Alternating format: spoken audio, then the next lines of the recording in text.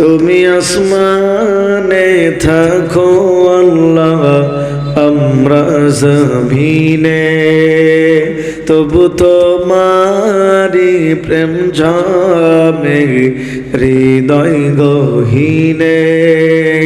তুমি আসমানে থাকো আল্লাহ, আমরা জমিনে, তবু তোমারি প্রেম জমে হৃদয় গহীনে।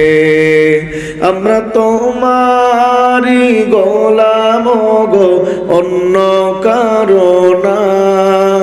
আমরা তোমারি গোলাম গো, অন্য কারো না। আলিমুল গায়ব তুমি, মালিক রব্বানা। আল্লাহু আল্লাহু আল্লাহু আল্লাহু আল্লাহু আল্লাহু আল্লাহ। কারো জবান বন্ধ থাকবে না, সবার জবান থেকে আল্লাহু আল্লাহু আওয়াজ দিব। পারবো না ইনশাল্লাহ? কথা বলেন, পারবো না ইনশাল্লাহ? আমার সঙ্গে সঙ্গে সবাই বলেন আল্লাহু আল্লাহু আল্লাহু আল্লাহ আল্লাহু আল্লাহু আল্লাহ আল্লাহু আল্লাহু আল্লাহু আল্লাহ আল্লাহু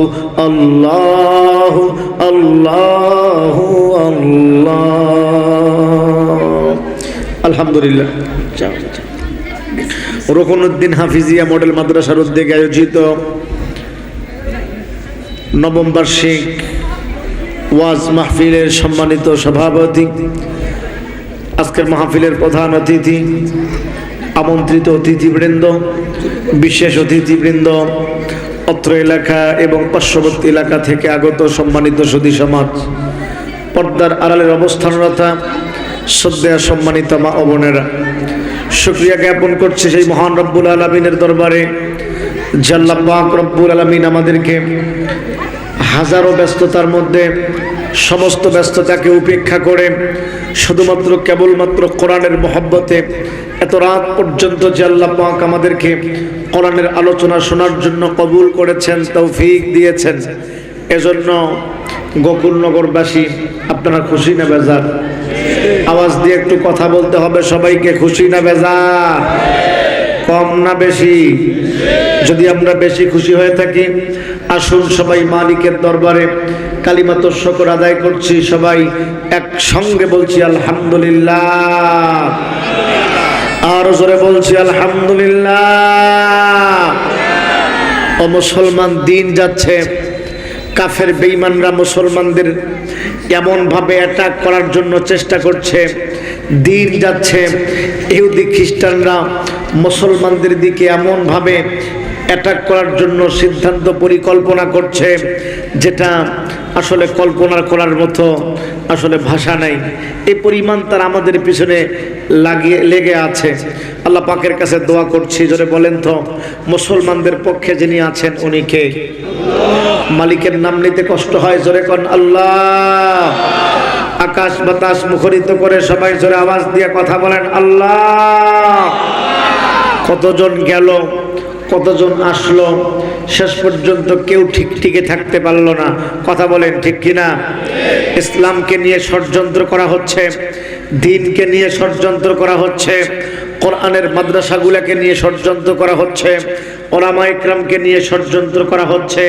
ও মুসলমান, ইতিপূর্বে যারা ষড়যন্ত্র করেছিল একজনও যেরকম টিকতে পারে নাই, ভবিষ্যতে যারা কোরআনকে নিয়ে ষড়যন্ত্র করবে, ইসলামকে নিয়ে ষড়যন্ত্র করবে, উলামা ইকরামকে নিয়ে ষড়যন্ত্র করবে, বলে তাদেরও রক্ষা হবে না। কথা বলতে হবে ঠিক কিনা? এজন্য চিন্তার কোনো কারণ নেই। আল্লাহ পাক কোরআনুল কারীমের মধ্যে বলেছেন, ওয়ালা তাহিনু ওয়ালা তাহজানু, তোমাদের কোনো ভয় নেই, তোমাদের কোনো টেনশন নেই। জোরে বলেন তো, মুসলমানদের পক্ষে যিনি আছেন আরেকবার বলেন উনি কে? আল্লাহ বলে ওয়া আনতুমুল আ'লাউন, বিজয়ী তোমরাই হবা। কথাটা কার? কথা বলেন কার? আল্লাহ বলে বিজয়ী তোমরাই হবা। লা তাহিনু ওয়ালা তাহজানু, কোনো ভয় পেও না, কোনো টেনশন কইরো না। ওয়া আনতুমুল আলাউন, বিজয়ী তোমরাই হবা, টেনশন কইরো না। ও মুসলমান, বিজয়ের ধারাবাহিকতা শুরু হয়েছে। সিরিয়ার মধ্যে মুসলমানদের জয় যুক্ত হয়েছে। সিরিয়া, এরকম ভাবে আফগানিস্তান মুসলমানরা জয় যুক্ত করেছে। গত 5 তারিখের মধ্যে জালিমার ফ্যাসিস্টদের হাত থেকে বাংলার জমিনকে আল্লাহ পাক রক্ষা করেছে। কথা বলেন ঠিক কিনা?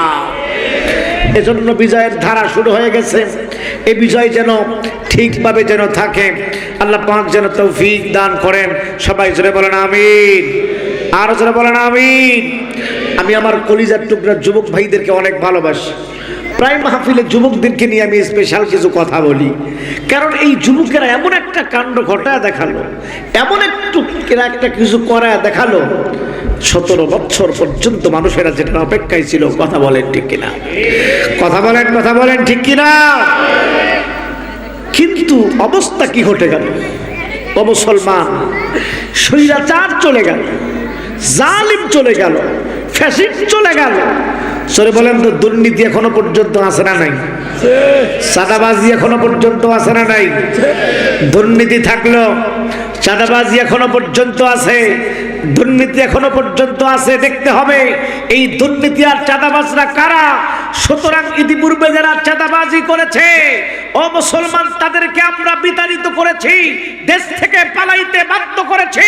ষড়যন্ত্র যারা করেছে, দুর্নীতি যারা করেছে, তাদেরকে দেশ থেকে পালাইতে বাধ্য করেছি। নতুন ভাবে কেউ যদি আবার দুর্নীতি শুরু করে দেয়, চাঁদাবাজি শুরু করে দেয়, ইতিহাস থেকে শিক্ষা নিতে হবে। তাদের অবস্থাও কিন্তু আওয়ামী লীগের মতো হতে পারে। কথা বলেন ঠিক কিনা? এই জন্য সাবধান থাকতে হবে। মোহাব্বত করি, ভালোবাসি, সব কিছু করি, কিন্তু আমরা এই চাঁদাবাজি দেখতে চাই না। কথা বলেন ঠিক কিনা? আমরা এই দুর্নীতি দেখতে চাই না। কথা বলেন ঠিক কিনা? এজন্য আমরা আগামীতে এমন একটা দেশ দেখতে চাই, যেই দেশটা হবে সোনার বাংলাদেশ। কথা বলেন ঠিক কিনা? এই সোনার বাংলাদেশ আমরা কিভাবে পাবো? এই সোনার বাংলাদেশ আমরা কিভাবে পাবো? একটাই মাত্র পথ, সেটা হলো কোরআনী শাসনের কোনো এরকম বিকল্প নাই। কথা বলেন ঠিক কিনা? কোরআনী শাসন ব্যবস্থা যদি আমার দেশে চালু হয়, ও মুসলমান, দুর্নীতি থাকবে। কথা বলেন থাকবে, চাঁদাবাজি থাকবে। রাসূল করিম সাল্লাল্লাহু আলাইহি ওয়াসাল্লাম যখন কোরআনের মাধ্যমে দেশকে শাসন করলেন, রাসূল যখন কোরআনের মাধ্যমে দেশকে যখন শাসন করলেন, দেশের মধ্যে চাঁদাবাজি করা তো দূরের কথা, দুর্নীতি করা তো দূরের কথা, জেনা ব্যভিচার করা তো দূরের কথা। আসামি জেনা করেছে, রাসূলের কাছে আসছে, এসে বলছে, ইয়া রাসূলুল্লাহ, অপরাধ করেছি। রাসূল বলল, কি অপরাধ করেছো? বলে, হুজুর, আমি জেনা করেছি। জেনাকারদের আটকানোর জন্য, ধর্ষকদের আটকানোর জন্য র্যাব বাহিনীর প্রয়োজন হয় নাই। ধর্ষকদেরকে এরকম ভাবে আটকানোর জন্য, ধর্ষকদেরকে ধরার জন্য, জেনাকারদের ধরার জন্য এরকম ভাবে কোনো র্যাবের প্রয়োজন হয় নাই, পুলিশের প্রয়োজন হয় নাই। আসামি অপরাধ করেছে, রাসূলুল্লাহর কাছে এসে সারেন্ডার করেছে। চিৎকার দিয়ে কোন আল্লাহু আকবার, আল্লাহু আকবার। ও মুসলমান ইমানদার, আল্লাহর গোলাম, কথাগুলো দিনের কান দিয়ে বোঝার চেষ্টা করেন। গতকাল আমার প্রোগ্রাম ছিল সেই খুলনা সুখনগরের মধ্যে, সেই গতকালের মধ্যেও কথাগুলা সেখানে বলেছিলাম। হাজার হাজার মানুষের সমাগম ছিল।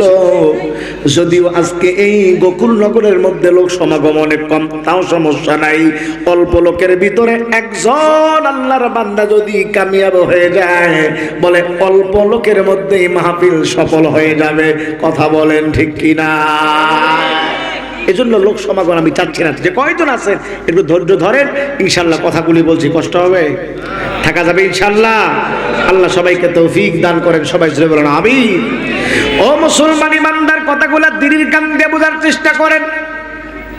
আল্লাহর পয়গম্বর মুহাম্মদ রাসূলুল্লাহ সাল্লাল্লাহু আলাইহি ওয়াসাল্লামের কাছে চলে আসলো একজন মহিলা, ডাক দিয়া বলে, পয়গম্বর, আমি জিনা করেছি, ও পয়গম্বর, আপনি আমাকে শাস্তি দেন। আমার মায়ার নবী মুহাম্মদুর রাসূলুল্লাহ, রহমতের নবী, উনি ভালো করেই জানেন, যদি আমি শুনি জিনা করেছে তাহলে ওর মৃত্যুদণ্ড হবে। এই জন্য পয়গম্বর বলে, যাও, তুমি জিনা করো নাই, ডাক দিয়া বলে পয়গম্বর আমি জিনা করেছি, আপনি আমাকে জিনার শাস্তি দিয়া দেন। আমার মায়ার নবী আবার বলল যাও তুমি জিনা করো নাই। ওই সাহাবিয়া মহিলা ডাক দিয়া বলে পয়গম্বর আমি জিনা করেছি, আপনি আমাকে শাস্তি দেন। ও পয়গম্বর আমি এত বড় অপরাধ করলাম, আপনি যদি আমাকে জিনার শাস্তি দুনিয়াতে না দেন ওই জাহান্নামের আগুন বড় ভয়ঙ্কর। ও পয়গম্বর জাহান্নামের আগুন সহ্য করতে পারবো না, ওই জাহান্নামের আগুনের বড় তাপ। এই জন্য দুনিয়ার সামান্য শাস্তি যা হবার হোক কোনো সমস্যা নাই। ও মুসলমান ইমানদার আল্লাহর গোলাম, কি পরিমাণ তাদের দিলের ভিতরে ভয় ঢুকে গেল। শেষ পর্যন্ত আসামি অপরাধ করে পয়গম্বরের কাছে এসে সালেন্ডার হয়ে গেল। জোরে বলা যায় না সুবহানাল্লাহ। হযরত ওমর ফারুক রাদিয়াল্লাহু তাআলা আনহুর কথা আমরা কে না জানি। ও মুসলমান ইমানদার আল্লাহর গোলাম, ইসলামী শাসন ব্যবস্থা যদি কায়েম হয় অবস্থাটা কি ঘটবে আপনাদেরকে একটু ধারণা দেই। ইসলামের চতুর্থ খলিফা হযরতে ওসমান হযরতে আলী রাদিয়াল্লাহু তাআলা আনহু ইন্তেকাল করলেন। পঞ্চম হল হযরতে ওমর ইবনে আব্দুল আজিজ রাহমাতুল্লাহি আলাইহি, যাকে দ্বিতীয় ওমর বলা হয়। হযরত ওমর ইবনে আব্দুল আজিজের সময় কি ঘটে গেল? আল্লাহর একজন বান্দা যাকাতের টাকা দিবে, এরকম ভাবে একটা সপ্তাহ পর্যন্ত ঘুরে বেড়াইতেছে, যাকাতের টাকা খেয়ে নিবি। আল্লাহর বান্দা ঘুরে বেড়াইতেছে কিন্তু কাউকে পাইতেছে না। ঘুরতে ঘুরতে এক পর্যায়ে ক্লান্ত হয়ে গেল, কাকে আমি যাকাতের টাকা দিব দেখে হঠাৎ করে একজন লোক এরকম ভাবে তার পিঠের মধ্যে বস্তা, মনে করেছে এই ব্যক্তি হলো সবচাইতে গরিব আর অসহায় দারিদ্র। চোখগুলা এলোমেলো, চুলগুলা এলোমেলো, এরকম ভাবে তার পিঠের মধ্যে এরকম বস্তা দেখা যায়। আল্লাহর বান্দা ডাক দিয়া বলে ভাই তোমার মতো একজন ব্যক্তি তো আমি খুঁজতেছিলাম। এ ভাই আমি আমার এই যাকাতের টাকাগুলা নিয়ে ঘুরে বেড়াইতেছিলাম, আমি কাকে যাকাতের টাকা দিব এমন কোন লোক আমি খুঁজে পাইলাম না। তোমাকে আমি মনে করতেছি তুমি মনে হয় বড় গরিব, তোমাকে আমি আমার এই যাকাতের টাকাগুলা দিতে চাই। ওই ব্যক্তি ডাক দিয়া বলে ভাই তুমি কি আমাকে মনে করেছো আমি মনে হয় গরিব মানুষ? বলে যে না না। বলে তুমি কয়দিন যাবত থেকে টাকা নিয়ে ঘুরে বেড়াও? বলে আমি 3 দিন হয়ে গেল খুঁজতেছি, যাকাতের টাকা নেওয়ার মতো কোনো লোক নাই। ডাক দিয়া বলে ভাই আমি 1 সপ্তাহ পর্যন্ত ঘুরতেছি, একজন আল্লাহর বান্দাকে পাইতেছি না, যাকাতের টাকা দিব। জোরে বলা যায় না সুবহানাল্লাহ। কেমন শাসন ব্যবস্থা কায়েম করেছিলেন, যাকাতের টাকা নেওয়ার লোক পর্যন্ত নাই। ও মুসলমান, এমন একটা রাষ্ট্র ব্যবস্থা তারা কায়েম করেছিলেন। কিন্তু আমার দেশের, আমার সোনার বাংলার অবস্থাটা কি ঘটে গেল? বিগত সময়ের মধ্যে আমরা দেখেছি এরকম ভাবে খাটের নিচের মধ্যে সোয়াবিন তেলের গোডাউন, কথা বলেন ঠিক কিনা? খাটের নিচের মধ্যে সোয়াবিন তেলের গোডাউন পাওয়া গেছে। গরিবের মাল কিভাবে একের পর এক আত্মসাৎ করে খেয়েছে, চাঁদাবাজি করেছে, দুর্নীতি করেছে, সব কিছু চলেছে। এখনো পর্যন্ত সেইগুলি মুসলমান চালু আছে। এইগুলি বন্ধ করার একটাই মাত্র পথ, সেটা হলো কোরআনী শাসন ব্যবস্থার বিকল্প কোনো কিচ্ছু নাই। কথা বলেন ঠিক কিনা? এই জন্য কোরআনওয়ালাদের সাথে আছেন তো ইনশাআল্লাহ? কথা বলতে হবে, কথা বলতে হবে। আছেন তো ইনশাআল্লাহ? কোরআনওয়ালাদের সাথে থাকবো, যারা কোরআনের পক্ষে আছে আমরা তাদের সঙ্গে থাকবো। নেতা শুধু পরিবর্তন হলে হবে না, নেতার সঙ্গে নীতির পরিবর্তন হওয়ার দরকার আছে না নাই? কথা বলতে হবে, কথা বলতে হবে। নেতার সঙ্গে নীতির পরিবর্তন হওয়ার দরকার আছে না নাই? শুধুমাত্র কেবলমাত্র চেয়ারের ওই লোকটা পাল্টাতে হবে না, নীতিকেও পরিবর্তন করতে হবে। কথা বলেন ঠিক কিনা? হযরত ওমর ফারুক রাদিয়াল্লাহু তাআলা আনহুর জামানা, তাদের অবস্থা কি ছিল? তারা দেশের মানুষকে নিয়ে কি পরিমাণ ফিকির করেছে, দেশের মানুষকে নিয়ে। রাত্রিবেলা শাসকরা ঘুমান নাই, রাত্রিবেলা ঘুরে ঘুরে দেশের মানুষের অবস্থা কি এইগুলি তারা লক্ষ্য করেছে। সুবহানাল্লাহ জোরে বলেন, আর একটু জোরে কোন সুবহানাল্লাহ। হযরত আবু বকর সিদ্দিক রাদিয়াল্লাহু তাআলা আনহু রাত্রিবেলা ঘুমান না, উম্মতের ব্যথায় ব্যথিত, দেশের মানুষের ব্যথায় ব্যথিত। আবু বকর না ঘুমিয়ে দেশের প্রজাদের অবস্থা দেখতেছে, কে কোন হালতে আছে। সুবহানাল্লাহ, একটু জোরে বলে। হযরত আবু বকর সিদ্দিক রাদিয়াল্লাহু তাআলা আনহু, ওনার মতো একজন ব্যক্তি একজন অন্ধ বুড়ি মহিলার বাড়ির মধ্যে গিয়ে খেদমত করে করে সময়টাকে কাটিয়ে দিয়েছে। আস্তে কোন সুবহানাল্লাহ। একজন রাষ্ট্রপ্রধানের অবস্থা কেমন মুসলমান দেখেন, কেমন রাষ্ট্রপ্রধান ছিলেন তারা। আবু বকর সিদ্দিক রাষ্ট্রপ্রধান, একজন অসহায় মানুষ, গরিব মানুষ, স্বামী নাই, ছেলে নাই, আপনজন কেউ নাই, অন্ধ বুড়ি মহিলা, কেমনে চলবে? আবু বকর সিদ্দিক গোপনে কাউকে না জানিয়ে তার বাড়ির মধ্যে গিয়ে পাতিল মেজে দেয়, হাড়ি পাতিল মেজে দেয়, কাপড় চোপড় ধুয়ে দেয়, ঘর পরিষ্কার করে দেয়। এটাই তো হলো নেতা। কথা বলতে হবে, ঠিক কিনা? হযরত ওমর ফারুক রাদিয়াল্লাহু তাআলা আনহুর জামানা, ওমরে ফারুক রাষ্ট্রপ্রধান। দেখেন ওমরে ফারুকের অবস্থা কেমন, রাত্রিবেলা ঘুমান না। হযরত ওমর রাদিয়াল্লাহু তাআলা প্রজাদের খোঁজ করতেছে। সুবহানাল্লাহ, জোরে বলেন। হযরত ওমরে ফারুক রাদিয়াল্লাহু তাআলা বের হয়ে গেছে প্রজাদের খবর নেওয়ার জন্য। সমস্ত মানুষগুলা ঘুমায়, কিন্তু হযরত ওমরে ফারুক রাদিয়াল্লাহু তাআলা ঘুমান না। হযরত ওমর রাদিয়াল্লাহু তাআলা খুঁজতে খুঁজতে খুঁজতে খুঁজতে এক পর্যায়ে হযরত ওমরের কানের মধ্যে আওয়াজ শুনে আসলো, একজন আল্লাহর বান্দি গুনগুন গুনগুন করে গান গাইতেছে। হযরত ওমরে ফারুক আজিব হয়ে গেল, এত বড় সাহস!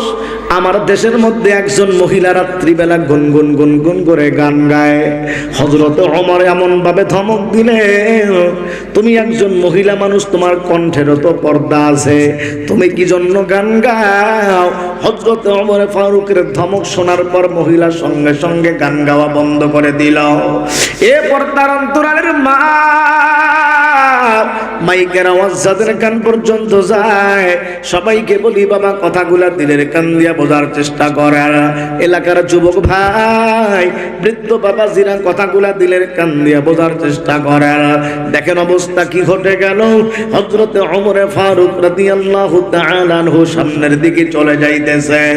হযরত ওমরের মনের মধ্যে হঠাৎ করে চলে আসলো, আল্লাহর বান্দি রাত্রিবেলা কেন গান গায়? আমি ওমর তো রাষ্ট্রপ্রধান, না জানি তার কোনো বিপদ হয়েছে কিনা, কোনো কষ্ট আছে কিনা, কষ্টের গান গাইতেছে। এই জন্য হযরত ওমর ফারুক রাদিয়াল্লাহু তাআলা আনহু আবার ওই মহিলার কাছে চলে আসলেন। দরজার মধ্যে নক করেছে ওমর, কিন্তু মহিলা ভয়ে দরজাটা খুলতে পারতেছে না। শেষ পর্যন্ত হযরত ওমর দরজাটাকে পাশের থেকে ফাঁক করে ওই মহিলার এরকম ভাবে ঘরের মধ্যে ঢুকে পড়লেন। ডাক দিয়া বলে, বোন, এত বড় অপরাধ করেছো, তুমি কি জানো না মহিলা মানুষের আওয়াজটাও হলো একটা পর্দা? তুমি কি জন্য পর্দার খেলাপ করে এই রাত্রিবেলা গুনগুন গুনগুন করে গান গাইতেছ? এত বড় অপরাধ কেন করলা? ওই মহিলা ডাক দিয়া বলে, ভাই এ পথিক, আমি তো শুধুমাত্র কেবলমাত্র একটা অপরাধ করেছি, কিন্তু আপনি অপরাধ তো শুধু একটা করেন নাই, আপনি তো আমার চাইতে বড় অপরাধ করেছেন। আপনি তো অপরাধ করেছেন চারটা। কথা বলেন, কয়টা? হযরত ওমর পরিচয়টা এখনো পর্যন্ত দিলেন না যে উনি সেই ওমর। ডাক দিয়া বলে, বোন, আমি কি চারটা অপরাধ করলাম বলো দেখি। ডাক দিয়া বলে, পথিক, তুমি আমার ঘরের মধ্যে ঢুকেছো, আমাকে সালাম দাও নাই, আমার পারমিশন ছাড়াই ঢুকেছো। অথচ আল্লাহ পাক কোরআনুল কারীমের মধ্যে বলেন, ইয়া আইয়ুহাল্লাযীনা আমানু লা তাদখুলু বুয়ুতান নাবী ইল্লা আইয়াস্তাআযানা লাকুম। আল্লাহ পাক কোরআনুল কারীমের মধ্যে বলেন, কেউ যদি কারো ঘরের মধ্যে ঢুকতে চায় অবশ্যই তার থেকে পারমিশন নিতে হবে। এ পথিক, তুমি আমার ঘরের মধ্যে ঢুকলা, কিন্তু আমার কাছ থেকে কোনো পারমিশন নিলে না। এটা হলো তোমার 1 নম্বরের অপরাধ। তোমার 2 নম্বরের অপরাধ হলো তুমি আমার এরকম ভাবে বেড়াকে ফাঁক করে ঢুকেছো, এর দ্বারা আমার সম্পদ নষ্ট হয়েছে। তুমি আমার সম্পদ কেন নষ্ট করলা? এটা হলো তোমার 2 নম্বরের অপরাধ। তোমার 3 নম্বরের অপরাধ হলো আমি একজন মহিলা মানুষ, আমার বাড়ির মধ্যে কোনো পুরুষ মানুষ নাই, তুমি একা একাই একজন যুবক মানুষ আমার ঘরের মধ্যে কেন ঢুকেছো? এটা হলো তোমার 3 নম্বরের অপরাধ। এ যুবক, তুমি কি জানো এই দেশের প্রেসিডেন্টের নাম হলো হযরতে ওমর? এ যুবক, সকালবেলা ওমরের দরবারে তোমার বিরুদ্ধে নালিশ করব।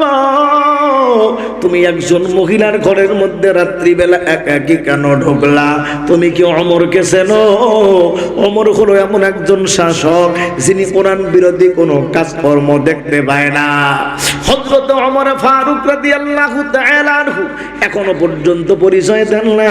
ডাক দিয়া বলে, বোন, সকালবেলা ওমরের দরবারে আমার ব্যাপারে নালিশ করো, সমস্যা নাই, কিন্তু তোমাকে একটা কথা জিজ্ঞাসা করতে চাই। এ বোন, বলো তো তুমি কি জন্য আসলে গুনগুন গুনগুন করে গান গাইলা?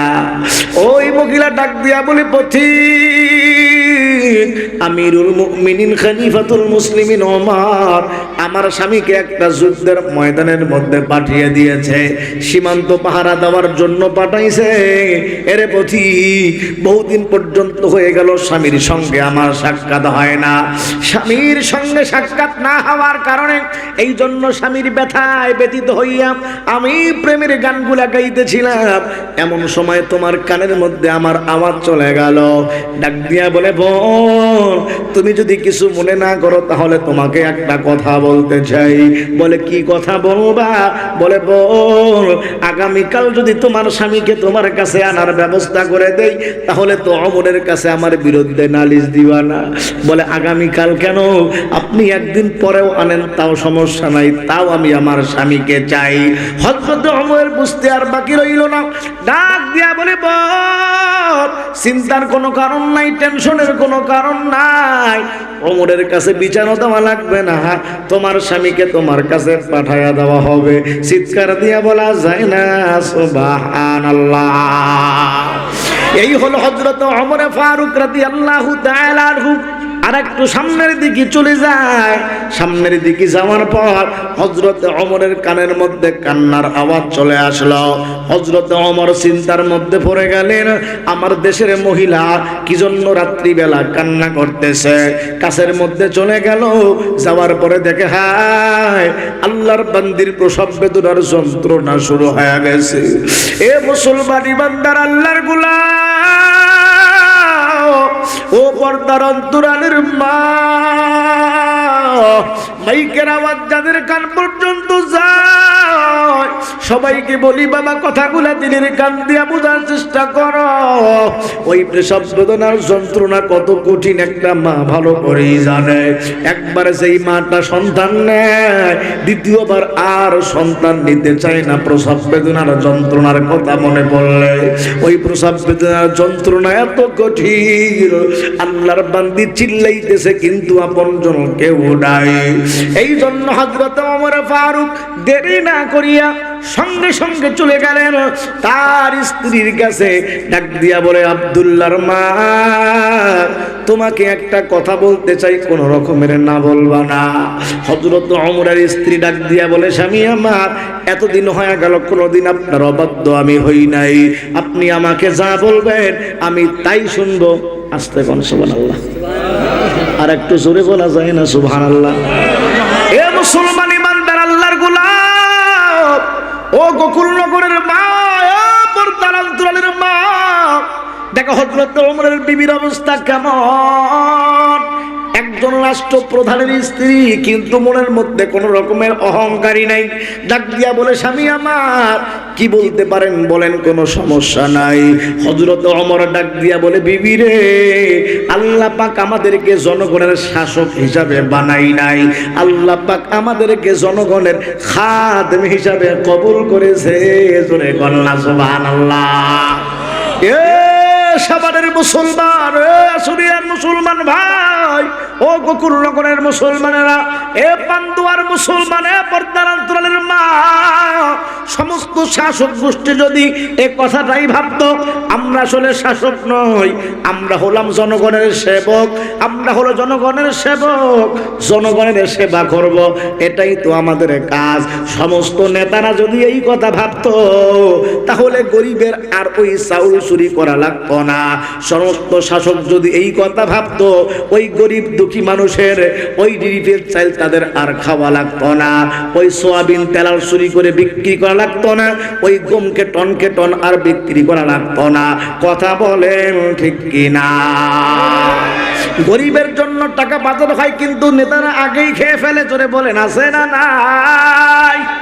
ও মুসলমান ইমানদার আল্লাহর গোলাম, রাষ্ট্র থেকে বাজেট হয় গরিবদেরকে দেওয়ার জন্য, রাষ্ট্র থেকে বাজেট হয় অসহায়দেরকে দেওয়ার জন্য, রাষ্ট্র থেকে বাজেট হয় দারিদ্রদেরকে দেওয়ার জন্য। কিন্তু আমাদের দেশের অবস্থা কেমন রে ভাই? ওই গরিবরা তো পায় না, গরিবদের কাছে আসার আগে সবগুলা লুটে পুটে খাওয়া শেষ, কয়েকজনকে দেখায় দেয় আর পিকচার তুলে এরকম ভাবে ফেসবুকে ছেড়ে দেয়। সবগুলা খাওয়া শেষ পর্যন্ত 2-4 জনকে দিয়া এরকম ভাবে ছবি উঠাইয়া পেপার পত্রিকার মধ্যে দিয়া বলে সবগুলা জনগণকে দিয়েছি। এই রকম দেখার ইতিহাস জোরে বলেন আছে না না? কিন্তু মুসলমান ইমানদার আল্লাহর গোলাম হযরত ওমর তেমন ছিলেন না। হযরত ওমর ডাক দিয়া বলে, বিবি আমার, আল্লাহ পাক আমাদেরকে জনগণের শাসক বানায় নাই, সেবক বানাইস। এই জন্য বিবি আমার দেশের একজন মহিলার অবস্থা এমন, ওর কাছের মধ্যে কেউ নাই, আল্লাহর বান্দি প্রসব বেদনার যন্ত্রণার মধ্যে কাতরাইতেছে। এই জন্য বিবি তুমি যদি কিছু মনে না করো তাহলে তুমি আমার সঙ্গে চলো, ওই আল্লাহর বান্দির তোমাকে খেদমত করতে হবে। হযরত ওমরের বিবি, রাষ্ট্রপ্রধানের বিবি কিছু মনে করলেন না। হযরত ওমরের বিবি ডাক দিয়া বলে, স্বামী আমার, আপনি আমাকে খেদমতের জন্য বলবেন, আপনি স্বামী যা বলবেন আমি তাই শুনবো, কোনো সমস্যা নাই। কন্যা সুবহানাল্লাহ। হযরত ওমরের বিবি ডাক দিয়া বলে, স্বামী আমার, চলেন আমাকে নিয়ে চলি। কোন মহিলার খেদমত করতে হবে? ও স্বামী আমার, আপনি আমাকে সেই মহিলার কাছের মধ্যে নিয়ে চলেন। এ সাভারের মুসলমানেরা শেষ পর্যন্ত হযরতে ওমরে ফারুকের বিবি, একজন রাষ্ট্রপ্রধানের বিবি হওয়া সত্ত্বেও সামান্য একজন সেবিকার কাজ করার জন্য একজন সামান্য মহিলার বাড়ির মধ্যে গিয়া এরকম সেবিকার কাজ করেছেন, চিৎকার দিয়া বলা যায় না মুসলমান সুবহানাল্লাহ। এ পর্দার অন্তরালের মা কথাগুলো দিদির কান দিয়ে বোঝার চেষ্টা করে। হযরত ওমরের বিবিও তো একজন মহিলা মানুষ, মা আপনিও তো একজন মহিলা মানুষ। হযরত ওমর যখন বিবিকে আদেশ করেছে, বিবি সঙ্গে সঙ্গে রাজি হয়ে গেছে। কিন্তু আমার বাংলার মা বোনদের অবস্থা এমন, স্বামীর কথা তো মানতেই চায় না। স্বামী যদি বলে ডান দিকে যাও তাহলে আল্লাহর বান্দি বাম দিকে যায়, স্বামী যদি বলে এই দিকে চলো আল্লাহর বান্দি অন্য আর একদিকে চলে। বাংলার জমিনে এমন ইতিহাস আছে, স্বামীর গায়ের মধ্যে স্ত্রী আঘাত করে, স্বামীর গায়ের মধ্যে স্ত্রী হাত উঠায়, এমন ইতিহাসও বাংলার জমিনে মুসলমান কথা বলেন আছে না নাই? স্ত্রী স্বামীকে তুই তুই বলে সম্বোধন করে, স্ত্রী স্বামীকে তুই তুই বলে সম্বোধন করে। এ পর্দার অন্তরের মা, আপনার স্বামীকে আপনি রেসপেক্ট করবেন, সম্মান করবেন। জোরে বলেন তো এই বিধানটা যিনি দিয়েছেন উনি কে? মালিকের নামটা মুসলমান জোরে নাও, জোরে বলেন না আল্লাহ। আকাশ বাতাস মুখরিত করে মুসলমান জোরে বলেন আল্লাহ। আল্লাহর যেই বান্দা আল্লাহকে আল্লাহ আল্লাহ আল্লাহ বলে ডাকে, আল্লাহ পাক ওই বান্দাকে মহব্বত করে আর ভালোবাসে। জোরে কন্যা সুবহানাল্লাহ। আল্লাহ পাক ফেরেশতাগুলোকে ডাক দিয়া বলে, ফেরেশতার দল তাকায়া দেখ, যেই সময় মানুষেরা ছিনতাই করতেছে, রাহাজানি করতেছে, যেই সময় মানুষেরা চুরি করতেছে, ডাকাতি করতেছে, এ ফেরেশতারা তাকায়া দেখ, ওই গোকুল নখনের মাঠে আমার কিছু মহব্বতের বান্দারা, আমার কিছু মহব্বতের যুবক বান্দারা, এই যুবকেরা চাইলে ইউটিউব ফেসবুক দেখে সময় কাটাইতে পারত, এই যুবকেরা চাইলে এরকম ভাবে সময়গুলাকে নষ্ট করতে পারত, বৃদ্ধরা চাইলে ল্যাপ কম্বল গায়ে দিয়া ঘুমাইতে পারত। ওই আমার পর্দার অন্তরালে আমার বান্দিরা তারা চাইলে তারাও তো আরাম করতে পারত। আল্লাহ পাক ফেরেশতাগুলাকে ডাক দিয়া বলে, ফেরেশতার দল তাকায়া দেখ, এই সমস্ত বান্দা বান্দিগুলো এত গভীর রাতে আমি আল্লাহকে আল্লাহ আল্লাহ আল্লাহ আল্লাহ বলে ডাকি, আবার কোরআনের তাফসীরের আলোচনা শোনে। ও ফেরেশতারা সাক্ষী থাক, এই সমস্ত বান্দাগুলা আমি আল্লাহকে মহব্বত করে, আমি আল্লাহকে ভালোবেসে, আমি মালিককে আল্লাহ আল্লাহ আল্লাহ বলে ডাকে, আমি আল্লাহ ওই বান্দাগুলাকে ভুলবো না, ওই বান্দিগুলাকেও আমি আল্লাহ ভুলবো না। এ ফেরেশতারা সাক্ষী থাক, আমি আল্লাহ ওই বান্দা বান্দিগুলাকে মহব্বত করব, ভালোবাসবো। জোরে কন্যা সুবহানাল্লাহ। এ পর্দার অন্তরালের মা, আপনাদেরকে বলি না, মা ভালো করে কথাগুলা দিদির কান দিয়ে বোঝার চেষ্টা করেন। আজকের সমাজের মারা যদি ভালো হয়ে যাইতো, সমাজটা ঠিক হয়ে যাইতো। কথা বলেন ঠিক কিনা? এ পর্দার অন্তরালের মা, আপনিও তো মা ওই খাজা মাইনুদ্দিন চিশতি রহমতুল্লাহ আলাইহির মাও মা। এর মা, আপনিও তো মা আব্দুল কাদের জিলানীর মাও মা। এ পর্দার অন্তরালের মা, আপনিও তো মা ওই আল্লামা দিলওয়ার হোসাইন সাইদি রহমতুল্লাহ আলাইহির মাও মা। এর মা, আপনার কি মনে চায় না আপনার সন্তানটা খাজা মাইনুদ্দিনের মতো হোক? এ মা, তোমার কি মনে চায় না তোমার সন্তানটা জগৎ বিখ্যাত আলেম হোক? এ পর্দার অন্তরালের মা, তোমার কি মনে চায় না তোমার সন্তানটা হাজার হাজার মানুষের সামনে কথা বলুক? এ মুসলমানি বান্দার আল্লাহর গোলাম, ওই মা বাবার কপাল কত ভালো, যেই মা বাবার সন্তান কোরআনের হাফেজ হয়। ওই মা বাবার কপাল কত ভালো, যেই মা বাবার সন্তান আলেম হয়। ওই মা বাবার কপাল কত ভালো, যেই মা বাবার সন্তানরা হাজার হাজার মানুষের সামনে কথা বলে। কন্যা সুবহানাল্লাহ। খাজা মাইনুদ্দিন চিশতি আজমিরি রহমতুল্লাহ আলাইহির কথা আমি প্রায় মাহফিলের মধ্যে বলে থাকি। এ আসলিয়ার মুসলমান, সবারের মুসলমান ভাই, ও পর্দার অন্তরালের মা, খাজা মাইনুদ্দিন চিশতি আজমিরি রহমতুল্লাহ আলাইহি যখন হিন্দুস্তান সফর করেছে, এক সফরে 90,000 হিন্দু কালেমা পড়ে মুসলমান হয়ে গেছে। জোরে বলা যায় না সুবহানাল্লাহ। আরে মাইনুদ্দিন সঙ্গে সঙ্গে মায়ের কাছে চলে গেল, মাকে ডাক দিয়া বলে, মা ও মা, কি ঘটনা ঘটেছে জানো? মাইনুদ্দিনের মা ডাক দিয়া বলে, সন্তান মাইনুদ্দিন, এ বেটা কি ঘটনা ঘটেছে বল। মাইনুদ্দিন বলে, মা হিন্দুস্তান সফর করলাম, এক সফরে 90,000 হিন্দু আমি খাজা মাইনুদ্দিনের হাতে কালেমা পড়ে মুসলমান হয়ে গেছে। জোরে কল্লা সুবহানাল্লাহ। মাইনুদ্দিনের মা ডাক দিয়া বলে, সন্তান মাইনুদ্দিন, এ বেটা মাইনুদ্দিন, এটা তোর কারণে হয় নাই রে বাবা, এটা আমি মায়ের কারণে হয়েছে।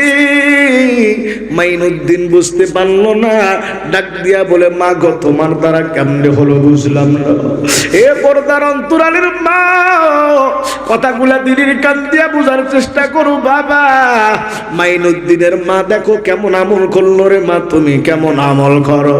মাইনুদ্দিনের মা চোখের পানি ফেলাইয়া ডাক দিয়া বলে, সন্তান মাইনুদ্দিন, এ বেটা অন্যান্য সন্তানদের মতো আমি তোকে লালন পালন করি নাই। তুই আমার গর্ভের ভিতরে যখন আসছ, আমার পেটের ভিতরে যখন আসছ, আমি মা রাত্রিবেলা ঘুমাই না, ফ্যামিলির সমস্ত সদস্যগুলা ঘুমায়, কিন্তু আমি তোর মা বাবা রাত্রিবেলা ঘুমাই না। ওই মালিকের কুদরতি পায়ের মধ্যে সাজদা দিয়া আমি আমার মালিককে বলেছি, রে মালিক, আমার পেটের মধ্যে একটা সন্তান দিয়েছো রে আল্লাহ, আমার সন্তানটাকে জামানার ওলি বানায়া দাও, আমার সন্তানটাকে জগৎ বিখ্যাত ওলি বানায়া দাও। বেটা মাইনুদ্দিন মায়ের দোয়া আল্লাহ কবুল করেছে, এই জন্য বাবা জগৎ বিখ্যাত ওলি আল্লাহ বানাইছে। তোর হাতে 90,000 হিন্দু কালেমা পড়ে মুসলমান হয়ে গেছে। কন্যা সুবহানাল্লাহ। এ পর্দার অন্তরালের মা, তোমার কি মনে চায় না তোমার সন্তানটা খাজা মাইনুদ্দিনের মতো হোক? এ বাবা, তোমার কি মনে চায় না তোমার সন্তানটা খাজা মাইনুদ্দিনের মতো হোক? এই জন্য ওই মা বাবার কপাল কত ভালো, সেই মা বাবার সন্তান কোরআনের হাফেজ হয়। এই যে আজকে রকুনউদ্দিন হাফিজিয়া মাদ্রাসার উদ্যোগে মুসলমান আয়োজন করা হয়েছে মাহফিলের, কত গরিব অসহায় লোকের সন্তানগুলা মাদ্রাসায় দিয়েছে হাফিজ বানানোর জন্য। বাবা রিক্সা চালায়, ভ্যান চালায়, ওই মা গার্মেন্টসের মধ্যে চাকরি করে, বিভিন্ন ফ্যাক্টরিতে চাকরি করি, কিন্তু কষ্ট করি সন্তানটাকে হাফেজ বানাইবে, কষ্ট করে সন্তানটাকে আলেম বানাইবে। ও মুসলমান, অনেক এরকম ভাবে টাকাওয়ালারা দুনিয়াতে আছে। আমরা যেহেতু ঢাকার মসজিদে নামাজ পড়াই, কত বড় লোকদের সঙ্গেই না আমাদের সম্পর্ক আছে। এ মুসলমান, কত বড় লোকদেরকে দেখলাম আল্লাহর বান্দা দুনিয়া থেকে চলে গেছে, সন্তান বাবার পিছনে নামাজ পড়ার জন্য দাঁড়ায় গেছে। আরে আল্লাহর বান্দা সন্তান জানাজা নামাজের দোয়াটাও পারে না। কথা বলেন আছে না নাই? কথা বলেন আছে না নাই? এ ভাই, তুমি তোমার সন্তানকে অনেক বড় ডাক্তার বানাইলেন, তোমার সন্তানকে অনেক বড় আলেম, অনেক বড় ইঞ্জিনিয়ার বানাইলেন, তোমার সন্তানকে অনেক বড় ব্যাংকার বানাইলা, তোমার সন্তানকে দুনিয়ার মধ্যে অনেক বড় পদবী বানাইলা, কিন্তু তোমার সন্তান তোমার জানাজা নামাজ পড়াইতে পারে না, তোমার সন্তান জানাজার দোয়াটা পর্যন্ত পারে না। হায়রে পোড়া কপাল, তোমার মতো পোড়া কপাল দুনিয়ার মধ্যে আর কেউ নেই। কিন্তু এই রকুনউদ্দিন মাদ্রাসার দিকে তাকায় দেখো রে ভাই, সন্তানটা মাত্র ক্লাস 1 মধ্যে পড়ে, সন্তানটা কেবল মাত্র ক্লাস 2 মধ্যে পড়ে, কিন্তু ওর বাবা রিক্সা চালায়, ওর বাবা ভ্যান চালায়, ওর মা গার্মেন্টসের মধ্যে চাকরি করে, ওর মা ফ্যাক্টরিতে চাকরি করে, কিন্তু সন্তান জানাজা নামাজ পড়াইতে পারে। যদিও ক্লাস 1 মধ্যে পড়তেছে, সন্তানটা জানাজা নামাজ পড়াইতে পারে, জানাজার দোয়া সবগুলা পারে, যদিও সে ক্লাস 2 মধ্যে পড়তেছে। এই জন্য ওই মা বাবার কপাল কত ভালো, যেই মা বাবার সন্তানগুলা হাফেজ হওয়ার জন্য মাদ্রাসার মধ্যে পাঠায়া দেয়। কন্যা সুবহানাল্লাহ। আল্লাহর একজন বান্দির কথা মনে পড়ে গেল, আপনাদের কি বলবো নাকি কষ্ট হচ্ছে? মুসলমান বলবো কষ্ট হচ্ছে নাকি আপনাদের? এই ঘটনা বলে আজকের মতো শেষ করে দিব। এই রমজান মাসের ঘটনা। আল্লাহ, কত মসজিদের মধ্যে খতমে তারাবির জন্য ইন্টারভিউ হয়, কত হাফেজ সাহেবেরা ইন্টারভিউ দেওয়ার জন্য মসজিদের মধ্যে যায়। আরে ঢাকা শহরের কোনো একটা মসজিদের মধ্যে ইন্টারভিউ হবে, অনেক ভালো ভালো করা হাফেজ সাহেবেরা ইন্টারভিউ দেওয়ার জন্য চলে গেছে। কণ্ঠ অনেক ভালো, ইয়াদও অনেক ভালো, তারাবির নামাজের ইন্টারভিউ দেওয়ার জন্য আল্লাহর বান্দা চলে গেছে। এ মুসলমান ইমানদার আল্লাহর গোলাম, মুহাদ্দিস সাহেবেরা বসেছে ইন্টারভিউ নেওয়ার জন্য, ইমাম সাহেব বসেছে ইন্টারভিউ নেওয়ার জন্য, অনেক বড় আলেম ওলামারা বসে গেছে ইন্টারভিউ নেওয়ার জন্য। কিন্তু অবস্থা কি ঘটে গেল, আল্লাহর 2 জন বান্দা গরিব মানুষ, ছোট্ট ছোট্ট 2টা বাচ্চা, ইন্টারভিউ দেওয়ার টাইম ছিল 2টা পর্যন্ত, কিন্তু 2টা পর্যন্ত ওরা বুঝতে পারে নাই, বুঝতে 3টা বেজে গেছে। ইন্টারভিউ বোর্ডের দরজা বন্ধ হয়ে গেল। আল্লাহর বান্দা 2 জন গরিব সন্তান ডাক দিয়া বলল, ভাই মসজিদের মধ্যে নাকি খতমে তারাবির জন্য ইন্টারভিউ হবে, আমরা একটু ইন্টারভিউ দিতে চাই। খাদেম সাহেব বলে, না না, সময় তো পার হয়ে গেছে, তোমাদেরকে আর সুযোগ দেওয়া হবে না। আল্লাহর বান্দা 2 জন গরিব মানুষ ডাক দিয়া বলে, ভাই অনেক কষ্ট করে সে অনেক দূর থেকে এখানে খতমে ইন্টারভিউ দেওয়ার জন্য আসছে, একটু যদি আমাদেরকে সুযোগ করে দেন তাহলে আমাদের জন্য ভালো হবে। খাদেম সাহেব দেরি না করে সঙ্গে সঙ্গে চলে গেল ইমাম সাহেবের কাছে, ডাক দিয়া বলে, হুজুর একটু আপনি লক্ষ্য করে দেখেন তো, 2টা বাচ্চা ইন্টারভিউ দেওয়ার জন্য আসছে, আপনি কি মনে করেন দিবেন কিনা? বলে যে না না, সময় পার হয়ে গেছে, না না দেওয়া যাবে না। মুহাদ্দিস সাহেব ডাক দিয়ে বলে, ইমাম সাহেব না না, খবরদার খবরদার, যদি কেউ নতুন করে আসে তাকেও সুযোগ দাও, কোনো রকমের বাধা নাই, সমস্যা নাই। আল্লাহর বান্দা গরিব মানুষের সন্তান, দুইটা ভাই ইন্টারভিউ দেওয়ার জন্য মুসলমান ইমানদার বোর্ডের মধ্যে ঢুকে গেছে। সমস্ত বোর্ডের লোকেরা সন্তানগুলোর চেহারার দিকে তাকায় দেখে, হাই গরিব মানুষের সন্তান, হয়তো ওর বাবা রিক্সা চালায়, না হয় ভ্যান চালায়, না হলে ওর মা কোনো গার্মেন্টসের ফ্যাক্টরিতে চাকরি করে, কম দামে লুঙ্গি পরে আসছে, জামাটাও লন্ডি করা নাই, চোখগুলো এলোমেলো, আহারে মনে হয় হেঁটে হেঁটে আসছে, আচার ভাড়াটাও নাই। ডাক দিয়া বলে, বাবা এত লেট করলা কেন? বলে, হুজুর টাকা নাই, অনেক কষ্ট করে হেঁটে হেঁটে আসছি, ভাড়া আমাদের কাছে ছিল না। বলে, বাবা তাহলে এত লেট করেছো যেহেতু, তাহলে পরতে একটু তোমাদের তেলাওয়াত শুনি। আল্লাহর বান্দা ডাক দিয়া বলে, হুজুর যদি আপনি তেলাওয়াত করতে বলেন তাহলে তেলাওয়াত করলেই তোমাদেরকে বিদায় করে দিবেন, যেখানে ইচ্ছা সেখান থেকে ধরেন। ডাক দিয়া বলে, হুজুর কোনো সমস্যা নাই, আপনার যেখানে ইচ্ছা সেখান থেকে ধরতে পারেন। সন্তানদের সাহস দেখে হুজুর আশ্চর্য হয়ে গেল। ডাক দিয়া বলে, বাবা যেখান থেকে মনে চায় ওখান থেকে আগে একটু তেলাওয়াত করো, তারপরে তোমাদের ইন্টারভিউ নেব। আল্লাহর বান্দা দুইটা সন্তান এত সুন্দর করে কোরআন তেলাওয়াত করে। মসজিদের মুতাওয়াল্লি ডাক দিয়া বলে, ইমাম সাহেব ইন্টারভিউ আর লাগবে না, এই দুটা সন্তান গরিব হতে পারে, অসহায় হতে পারে, কিন্তু তেলাওয়াতের মান এত সুন্দর। এবছর এই দুইটা সন্তান আমার এই মসজিদের মধ্যে খতমে তারাবি নামাজ পড়াবে। কন্যা সুবহানাল্লাহ। আর একটু জোরে বলা যায় না সুবহানাল্লাহ? এ মুসলমান, মজার কথা যেটা বলার জন্য এই কথাটা আপনাদের সামনে বলছিলাম, কথাগুলা দিলের কান দিয়া বুঝেন। এ পর্দার অন্তরালের মা, মাইকের আওয়াজ যাদের কান পর্যন্ত যায়, ভালো করে কথাগুলা দিলের কান দিয়া বুঝুনি বাবা। এক পর্যায়ে আল্লাহর বান্দা ছোট্ট মানুষ দুইটা এত সুন্দর করে কোরআন তেলাওয়াত করে। আশেপাশের মসজিদের মধ্যে এলান হয়ে গেছে, অমুক মসজিদের মধ্যে ছোট্ট দুইটা বালক কোরআন তেলাওয়াত করে, খতমে তারাবি নামাজ পড়ায়। কিন্তু তেলাওয়াত এত সুন্দর করে তারাবি নামাজ অন্য কোন মসজিদের মধ্যে হয় না। অন্যান্য মসজিদের মধ্যে 27 তারিখের মধ্যে খতমে তারাবি শেষ হয়ে যায়। ও মুসলমান ইমানদার আল্লাহর গোলাম, কিন্তু এই মসজিদের মধ্যে একটু আগেই খতমটা শেষ হয়ে যায়। আল্লাহর বান্দা দুইজন গরিব মানুষ খতমের দিন যখন চলে আসছে, অনেক কোটিপতিওয়ালারা, অনেক লাখপতিওয়ালারা এই সন্তান দুইটার কাছের মধ্যে চলে আসছে, বুকের মধ্যে বুক লাগায় আর ডাক দিয়া বলে, বাবা তোর মা বাবার কপাল কত ভালো যে তোদের মতো দুইটা সন্তানকে তোদের মা বাবার জন্ম দিয়েছি। আমাদের সন্তান দুনিয়ার মধ্যে আছে, সন্তান তো কথা মানে না, সন্তান তো কথা শুনে না, কত শিক্ষিতই করলাম, কিন্তু সন্তান তো আমার মদ খায়, গাঁজা খায়, ইয়াবা খায়, ফেন্সিডিল খায়, সময়গুলা নষ্ট করে। কিন্তু বাবারে ছোট্ট মানুষ তোমরা কিন্তু কত সুন্দর করে কোরআন তেলাওয়াত করো। কত কোটিপতিওয়ালারা, লাখপতিওয়ালারা সন্তানগুলাকে বুকের মধ্যে বুক মিলায় আর ডাক দিয়া বলে, বাবা তোর মা বাবার কপাল কত ভালো। এ সামানের মুসলমানেরা, আসলিয়ার মুসলমানেরা, তোমার কি মনে চাই না তোমার সন্তান কোরআনের হাফেজ হবে? এ পর্দার অন্তরালের মা, তোমার কি মনে চায় না তোমার সন্তানটা কোরআনের হাফেজ হবে?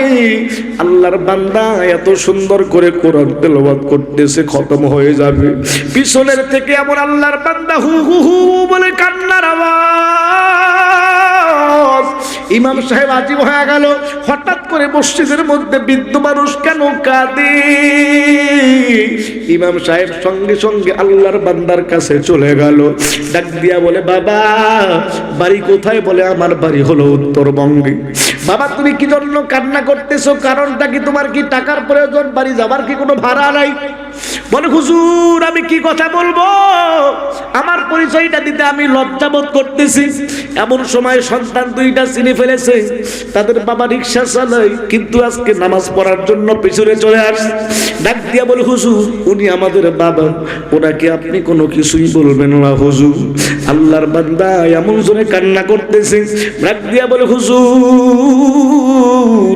আপনি আপনি হয়তো জানেন না, এই দুইটা সন্তানকে আমি অনেক কষ্ট করে পড়াশোনা করাইছি, এই দুইটা সন্তানকে আমি অনেক কষ্ট করে হাফেজ বানাইছি হুজুর, কিন্তু ওদের দুনিয়ার মধ্যে মা নাই, এই সন্তানগুলো বড় এতিম। হুজুর আপনি হয়তো জানেন না, যখন ঈদের দিন হয়ে যায় সমস্ত এলাকার সন্তানগুলি আনন্দে আত্মহারা হয়ে যায়, সমস্ত সন্তানগুলি আনন্দ করে, সমস্ত সন্তানগুলি খেলাধুলা করে, কিন্তু আমার এই দুইটা সন্তান মায়ের বড় পাগল। হুজুর হয়তো আপনি জানেন না, ঈদের দিন আমার সন্তান দুইটা মায়ের কবরের কাছের মধ্যে গিয়া গিয়া আল্লাহর দরবারে ডাক দিয়া বলে, আল্লাহ আমার সত্তা আমার মাকে কবরের মধ্যে রাখছে রে মালিক, আমার মায়ের কবরের আযাব তুমি মাফ করে দাও, আল্লাহ আমার মায়ের কবরের আযাব তুমি মাফ করে দাও। হুজুর আমার সন্তানগুলা মায়ের জন্য আল্লাহর কাছে দোয়া করে, আমার সন্তানরা মায়ের জন্য অনেক বড় পাগল। আরে বাবা তোমার কি মনে চায় না তোমার সন্তানটা এরকম একজন হাফেজ হোক? এ বাবা তোমার কি মনে চায় না তোমার সন্তানটা এইরকম একটা সন্তানের মতো সন্তান হোক? ও মুসলমান, দুনিয়াতে তো আমরা কেউ থাকবো না, এই দুনিয়া থেকে সবাই চিরবিদায় নিয়ে ওই কবরের বাসিন্দা হয়ে যাব, কিন্তু সন্তান যদি আমার জন্য দোয়া করে, সন্তান যদি বাবা তোমার জন্য দোয়া করে, এ পর্দার অন্তরালের মা, সন্তান যদি তোমার জন্য দোয়া করে, ওই মা বাবার কপাল কত ভালো, সেই মা বাবার সন্তানের জন্য দোয়া করে। কন্যা সুবহানাল্লাহ। এই জন্য মুসলমান সবাই নিয়াত করি, এই যে রুকনুদ্দিন মাদ্রাসা দেওয়া হয়েছে, ও মুসলমান ইমানদার আল্লাহর গোলাম, এই যে রুকনুদ্দিন মাদ্রাসাটা দেওয়া হয়েছে, অন্ধ মানুষ, আরে আমি তো শুনে আশ্চর্য হয়ে গেলাম, যারা এখানের মধ্যে আছে সবাই নাকি অন্ধ মানুষ। কত বড় সাহস, ভাইয়ের কপালটা কত ভালো, পরশলোক অন্ধ, অনেক বড় আজিব হয়ে গেলাম, সাহসটা কত বড়। আল্লাহর বান্দারা কোরআনের হাফেজ হবে, এই জন্য কত বড় একটা তারা উদ্যোগ নিয়েছে।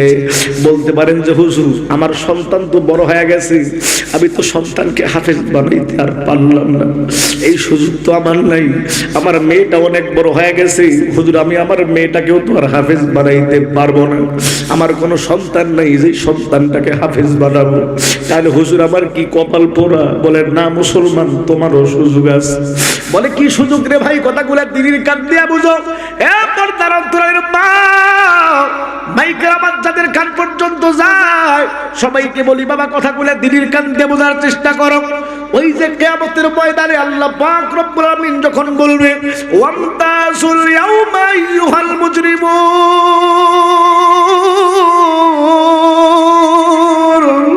আল্লাহ পাক বলবে জান্নাতীরা জাহান্নামীরা তোমরা আলাদা হয়ে যাও, জান্নাতীরা জান্নাতের কাতারে থাকবে, জাহান্নামীরা জাহান্নামের কাতারে থাকবে।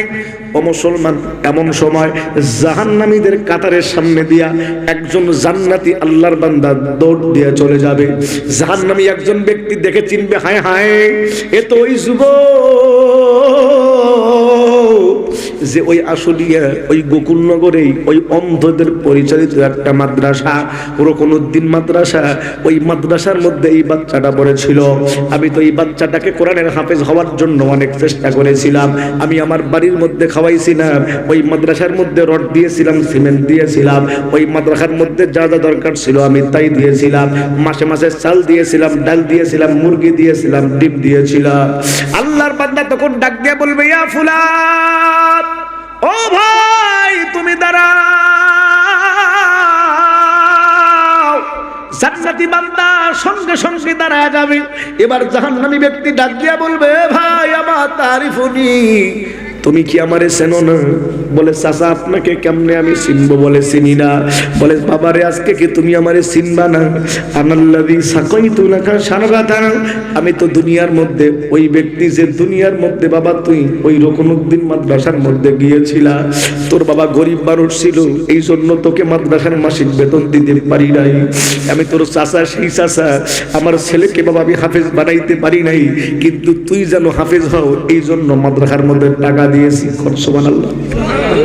বাবা আমার সন্তানকে আমি আলেম বানাইতে পারি নাই, আমার মেয়েকে আমি হাফেজা বানাইতে পারি নাই, কিন্তু তুই মাদ্রাসার মধ্যে গিয়েছিলা, ওই মাদ্রাসার টপ টপ করে টিন দিয়ে পানি পড়ছিল, এই জন্য আমি টিনের ব্যবস্থা করে দিয়েছিলাম, সিমেন্টের ব্যবস্থা করে দিয়েছিলাম, রডের ব্যবস্থা করে দিয়েছিলাম, ঠিক মতো বোর্ডিং এর মধ্যে চাল ছিল না, আমি কিন্তু বাবা চাল দিয়েছিলাম, ডাল দিয়েছিলাম, যখন চা দরকার ছিল সব দিয়েছিলাম। আমার সন্তানকে হাফেজ বানাইতে পারি নাই, আমার মেয়েকে আমি হাফেজা বানাইতে পারি নাই, কিন্তু তোদের মতো গরিব সন্তান যারা ওই মাদ্রাসার মধ্যে গিয়েছিল বাবা, তাদেরকে আমি সাহায্য আর সহযোগিতা করেছি। তখন এই মাদ্রাসার ছাত্র বলবে, হ্যাঁ চাচা আপনাকে চিনে ফেলেছে, আপনি তো সেই চাচা। আল্লাহর কাছে ডাক দিয়া বলবে, আল্লাহ তুমি তোমার কুদরতি নজরে তাকায় দেখো রে মালিক, এই চাচা আমাকে হাফেজ হওয়ার জন্য সহযোগিতা করেছি, আমাকে আলেম হওয়ার জন্য সহযোগিতা করেছি। আমার বাবা গরিব ছিল, ঠিক মতো মাসের বেতন দিতে পারে নাই, এই চাচা আমাকে সাহায্য করেছে, সহযোগিতা করেছে। আল্লাহ গো, এই চাচা কোরআনের বড় পাগল, ইসলামের পাগল, হাফেজদের পাগল। আল্লাহ ওই চাচাকে ছাড়া আজকে আমি জাহান্নামে যাব, জান্নাতে যাব না।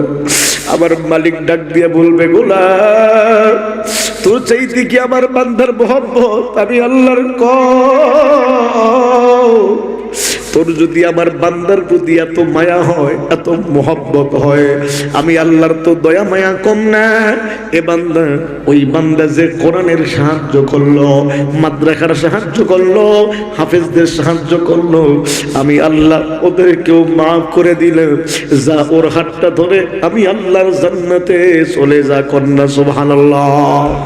এই জন্য মুসলমানে আসলিয়ার মুসলমানেরা, ও সাবানের মুসলমানেরা, এক গোকুলনগরের মুসলমান, ও পান্ডুয়ার মুসলমানেরা, জাহাঙ্গীরনগরের মুসলমানেরা, সন্তানকে হাফেজ বানাইতে পারো নাই, আলেম বানাইতে পারো নাই, কিন্তু গরিব অসহায় ছেলেরা মাদ্রাসার মধ্যে পড়ে, অবশ্যই চেষ্টা করবো তাদেরকে হাফেজ বানানোর জন্য, আলেম বানানোর জন্য, মাদ্রাসার মধ্যে সাহায্য আর সহযোগিতা করার জন্য। আল্লাহ যদি চায় অন্যের সন্তানকে হাফেজ হওয়ার জন্য সহযোগিতা করবেন, আল্লাহ পাক এর ওসিলায় আপনাকেও মাফ করে দিবেন। জোরে কন্যা সুবহানাল্লাহ।